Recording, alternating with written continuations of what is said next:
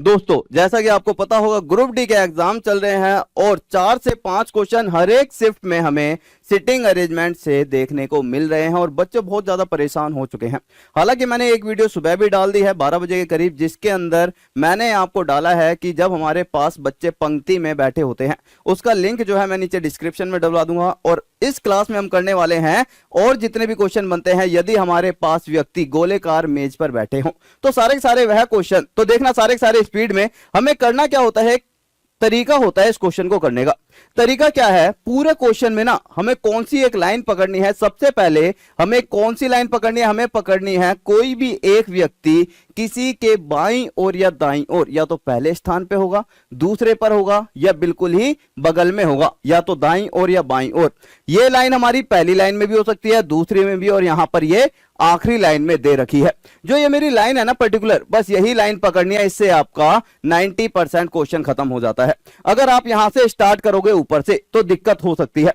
Question में सबसे पहले कौन सी लाइन पकड़नी है, वी जे के बाईं और दूसरे स्थान पर है, तीसरे पर है, पांचवें पर है। ये जो पर्टिकुलर लाइन है, इसको पकड़कर चलोगे तो आंसर आपका आ जाएगा। क्वेश्चन को देखते हैं। पहला क्वेश्चन हमारे सामने स्क्रीन पर है।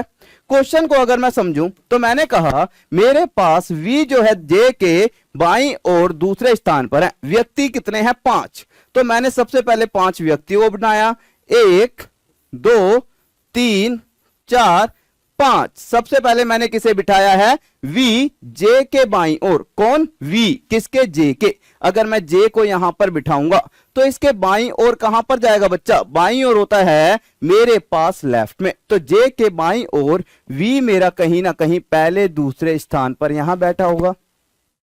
अब आगे चलते रहना, क्वेश्चन आपका खत्म होता जाएगा। कह रहा है जे एफ के तुरंत बाईं ओर, जे जो है एफ के तुरंत बाईं ओर, एफ के तुरंत बाईं ओर कौन बैठा है, जे बैठा हुआ है। इसके बाद कह रहा है एन एफ के बाईं ओर दूसरे स्थान पर है, एन एफ के बाईं ओर, बाईं ओर मतलब ये मेरा क्या है, बाएं। तो पहला दूसरा, यहां पर कौन बैठा है, एन। बचा कौन मेरा, बच गया मेरे पास आर। बैठ गए सारे के सारे। कितनी देर लगी, विद इन सेकेंड। तो पूछ रहा है जे के दाईं और दूसरे स्थान पर कौन बैठा है, तो जे के दाईं ओर पहला। अगर मैं जे की बात करूं, मुंह इसका अंदर की तरफ है, दायां किधर होगा सर, दायां इधर होगा। अगर मेरे पास पहला दूसरा, जे के दाईं और दूसरे स्थान पर कौन बैठा है, आर बैठा हुआ है, और ये मेरा राइट आंसर। कभी कभी क्वेश्चन में 5 व्यक्तियों को बिठाता है, कभी कभी 6 को, कभी कभी 8 को।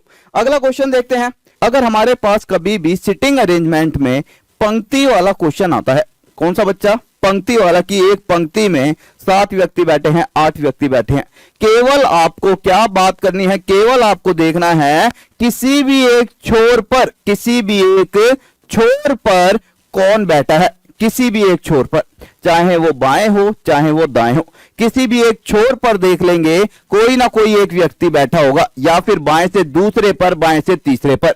अगर हमें किसी भी एक व्यक्ति के बारे में पता लग जाए तो पूरा क्वेश्चन हो जाएगा वहीं से। किसी भी एक व्यक्ति को बाएं या दाएं छोर से देख लें। अब क्वेश्चन पर चलते हैं सीधा सीधा। क्या पकड़ना है, किसी भी व्यक्ति को बाएं या दाएं छोर से। पहला क्वेश्चन देखिए हमारे सामने स्क्रीन पर। हमारे पास हर एक क्वेश्चन की एक चीज और याद रखना, 2 पंक्तियां बनेंगी, क्योंकि हमें पता है कि हमारे पास कितने छोर होते हैं, हमारे पास 2 छोर होते हैं हर एक पंक्ति में। तो हर एक क्वेश्चन की 2 पंक्तियां बनेंगी। क्वेश्चन क्या कह रहा है कि हमारे पास एक क्वेश्चन है, 5 व्यक्ति हैं, 5 व्यक्ति में कह रहा है जेड जो है किसी एक सिरे पर बैठा है या किसी एक छोर पर बैठा है। तो मैंने कहा मेरे पास टोटल 1 2 3 4 5 व्यक्ति हैं। हो सकता है जेड जो है बाएं पर बैठा हो, या फिर दूसरा मैंने कहा 1 2 3 4 5। अगर मैं बात करूं, भैया उसने ये थोड़ी कहा है जेड कौन से छोर पर है, उसने कहा जेड मेरा किसी एक सिरे पर बैठा है। हो सकता था बाएं पर बैठा होता, या फिर हो सकता है दाएं पर।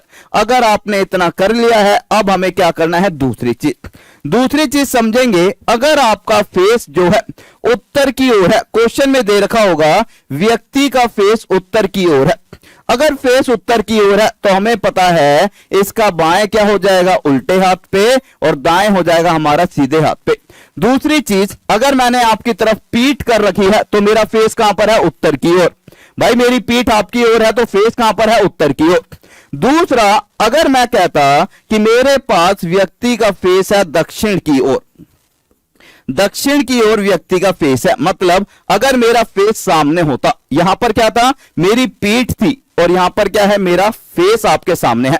अगर मेरा फेस आपके सामने हो या फिर व्यक्ति का मुंह दक्षिण में दे रखा हो, अब जो बाएं होगा, बाएं क्या बन जाएगा, दाएं बन जाएगा। क्यों? क्योंकि हमारा यहां पर मुंह ऊपर था उत्तर की ओर, यहां पर नीचे की ओर है।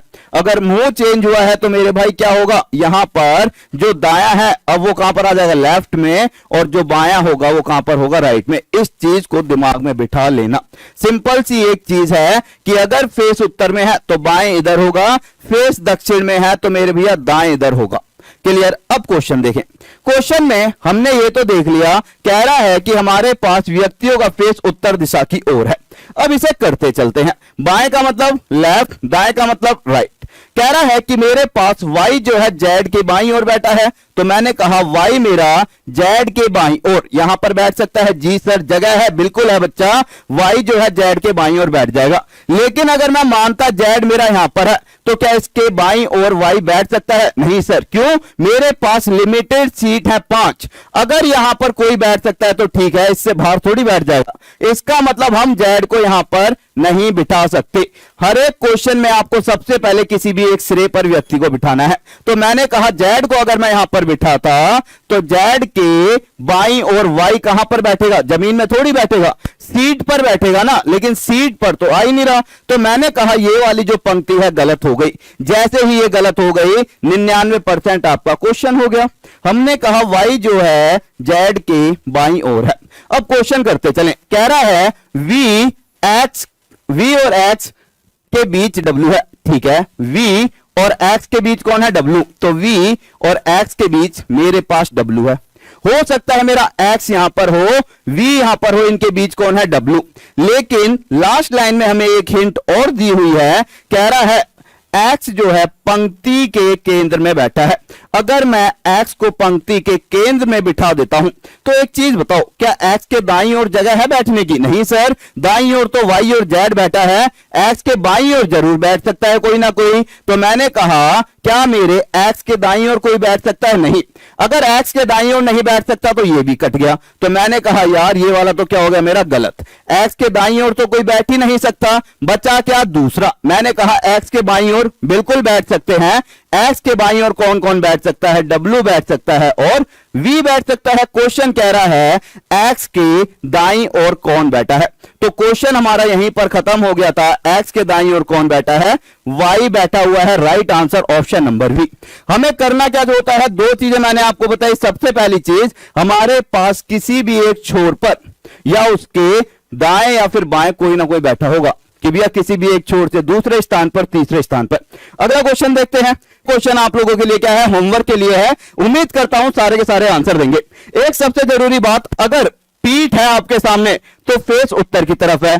अगर उसका मुंह आपके सामने है तो याद रखना फेस कहां पर है व्यक्ति का, फेस यहां पर दक्षिण की ओर दिया हुआ है। और इसका सारे के सारे आंसर देंगे। 99% बच्चे इसका गलत आंसर देते हैं। उम्मीद करता हूं आप लोग इसका सही आंसर दोगे, क्योंकि ग्रुप डी में 5 क्वेश्चन आने हैं। तो मेरे भाई याद रखना, इसका गलत दिया तो पेपर में भी गलत ही दोगे। उम्मीद करता हूं सारे के सारे सही आंसर देंगे। सबसे पहले इस चैनल को आप लोगों को क्या करना है भाई, सब्सक्राइब करना है। एसएससी टॉप तक चैनल को, ये आपका अपना चैनल है, इसको सब्सक्राइब कर लेना। ज्यादा समय नहीं लगता यार, 1 सेकंड लगेगी। सब्सक्राइब वाली बटन है, इसको प्रेस कर देना। साथ ही मेरे पास यहाँ पे आपको दिख रहा होगा, कल की वीडियो पे आपने अच्छा रिस्पॉन्स दिया। इस वीडियो का टारगेट ज्यादा नहीं, 10 ही रखते हैं, इसके आसपास ही। ज्यादा मेरे को उम्मीद नहीं, मतलब लालच नहीं ज्यादा, इतना ही काफी है। और 1 लाइक और शेयर बनता है, इतना तो यार आप लोग कर ही सकते हो अपने भाई के लिए।